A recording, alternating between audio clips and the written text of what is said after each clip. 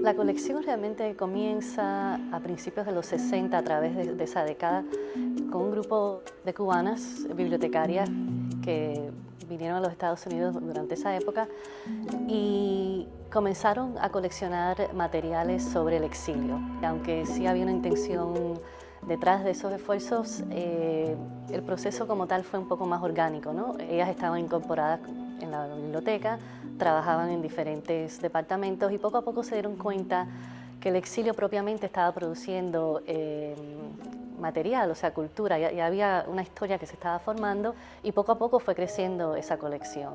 La colección existía de antemano, pero es la primera vez que la colección se separa, se le da un título, tiene una jefa nueva y la jefa es Esperanza Bravo de Barona, fue la primera chair del departamento. En realidad esta organización empezó cuando la Universidad de Miami abrió en el año 26. El presidente de la Universidad de La Habana entregó los primeros 300 libros cubanos a la Universidad de Miami. Así que los primeros 300 libros que entraron en la Universidad de Miami fueron libros cubanos.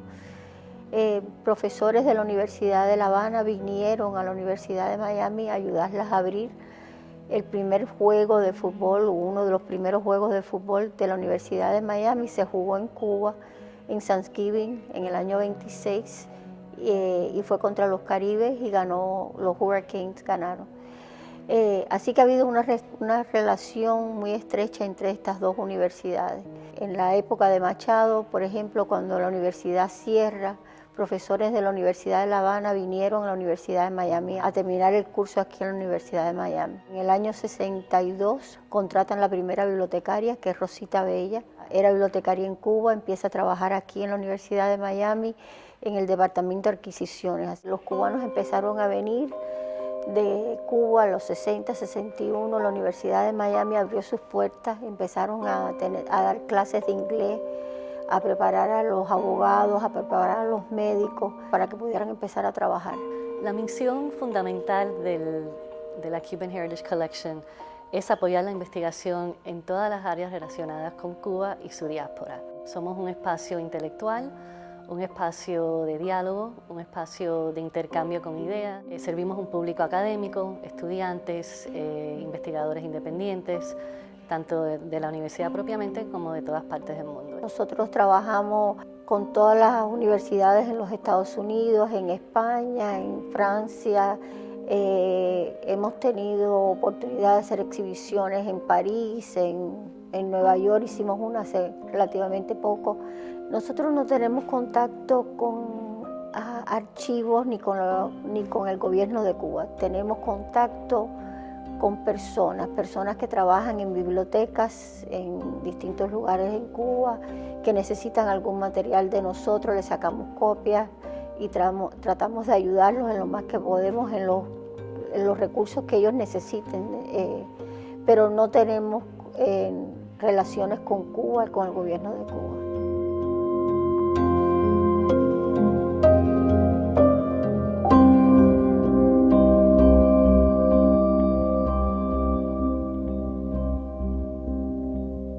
También tenemos una función externa, o sea, una manera de cómo nos proyectamos hacia la comunidad, que vean las personas el archivo como una entidad viva, que tiene que ver con su historia, que tiene que ver con su vida personal, con su historia política, ideológica, etc. El programa de becas son para cualquier persona que está haciendo investigaciones sobre Cuba. Más o menos vienen alrededor de entre 10 y 12 investigadores haciendo su doctorado usualmente. Están aquí de 1 mes a 3 meses y todos tienen que estar estudiando en alguna universidad en los Estados Unidos. Y nuestros mecenas son mayormente personas de la comunidad, o sea, que reconocen la importancia de preservar el legado de un país, cubanos que llevan muchos años acá, igual que cubanos que llevan menos años aquí. También tenemos un grupo de apoyo que se llaman Los Amigos, creado en el 95. O sea, tienen una capacidad de recaudar fondos y de ayudarnos a seguir comprando materiales, adquisiciones. Nunca hemos trabajado con archivos en la isla. Existe una política, por supuesto, que nos impide hacer eso, una política de institución, propiamente de la Universidad de Miami. O sea, también a través de libreros o personas profesionales del mismo campo que si bien no radican en Cuba, pero que sí se mueven en el mismo medio y que a través de ellos podemos identificar materiales, libros, etcétera. O sea, lo que está saliendo en Cuba que a nosotros nos interese para seguir creciendo la colección. El archivo de artistas cubanos, en este caso serían artistas cubanos fuera de la isla y obviamente fuera de la isla no por una cuestión política, sino por una cuestión de llenar un espacio discursivo y crítico que realmente creo que no existe. O sea, no existe un archivo todavía que se enfoque en la producción artística, en la práctica artística, que apoye esa práctica y ese proceso de esas diferentes prácticas de generaciones de artistas cubanos que han desarrollado sus carreras fuera de Cuba. Tenemos también la colección y el archivo del primer museo cubano. Está compuesto de archivos sobre artistas y mucho material sobre exposiciones, etcétera, pero también récords de cómo se fundó el museo. Y esos récords son importantes porque un poco que revelan cuáles eran los debates internos de la misma Junta, incluso el debate de cómo vamos a definir como institución lo que es el arte cubano. Dentro de esa definición cabe un artista como Wilfredo Lam, que era simpatizante, por supuesto, de la Revolución, amigo de Fidel Castro, etc. Quizás esto hoy en día o sea, suena un poco ridículo, ¿no? Teniendo en cuenta el lugar tan importante que ocupa Wilfredo Lam en el arte moderno, ya mucho más allá del arte cubano. Pero en los 80, cuando se estaba fundando el museo, eran preguntas que se discutían en las reuniones y nosotros tenemos los récords de todas esas reuniones. Es una colección muy rica para el investigador o investigadora que le interese incluso el principio, ¿no?, de una institucionalización de la cultura cubana en el exilio. Hace poco ya entramos en negociación con dos estudiosos importantes que han escrito sobre el arte cubano de los 90 ya en Cuba, que son Rachel Weisz y Luis Kamnitzer. Otra colección dentro del contexto de la plástica cubana es la colección de la Fundación Cintas. La Fundación Cintas se ha dedicado desde los años 60 a premiar artistas plásticos, músicos, en el campo de la arquitectura, literatura, a cubanos fuera de la isla, con la intención inicialmente de ayudarlos un poco a llegar a este país, a arrancar sus carreras nuevamente.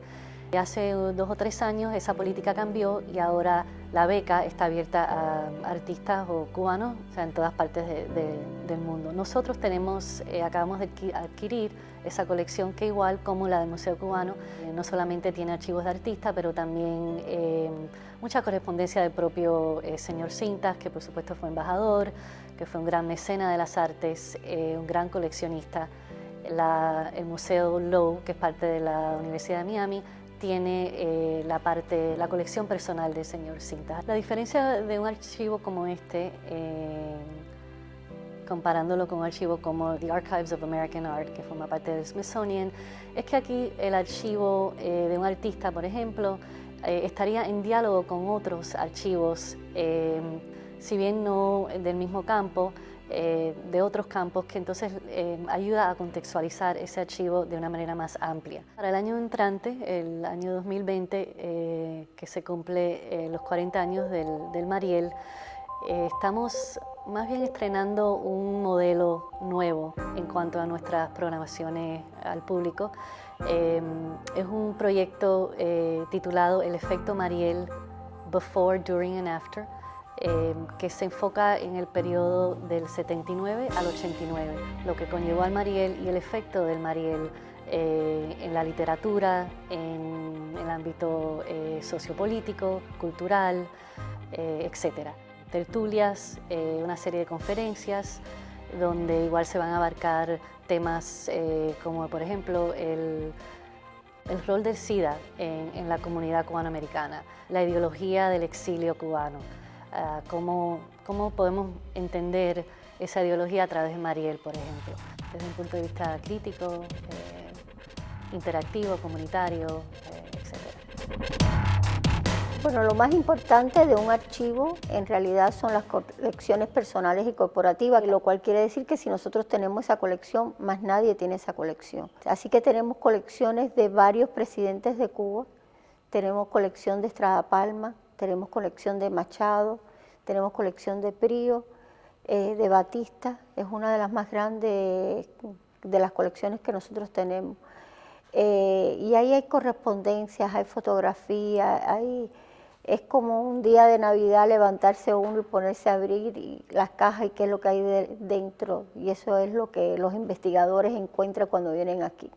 También yo creo que otra de las cosas que nos hacen distintos a otros lugares es que nosotros conocemos mucho de los donantes y tratamos de unir a los donantes, los investigadores, cuando podemos, dependiendo de lo que estén estudiando. Uno de los grandes privilegios de trabajar aquí, además de que es un honor, por supuesto, para una cubanoamericana dirigir este lugar. Pero además de eso, una de las cosas que me entusiasma muchísimo de llegar a mi trabajo todos los días es esa oportunidad de descubrir, o sea, es un descubrimiento diario de lo que tenemos en la colección, porque por supuesto, por mucho que yo conozca la colección, no la puedo conocer como Gladys, por ejemplo. Quizás otra de las funciones fundamentales, ¿no?, de la colección es educar, no solamente educar dentro de un marco académico. Es interesante porque en Miami, siendo un lugar donde hay tantos cubanos americanos y cubanos, si te pones a pensar, hay pocos espacios donde se estudia la historia de Cuba.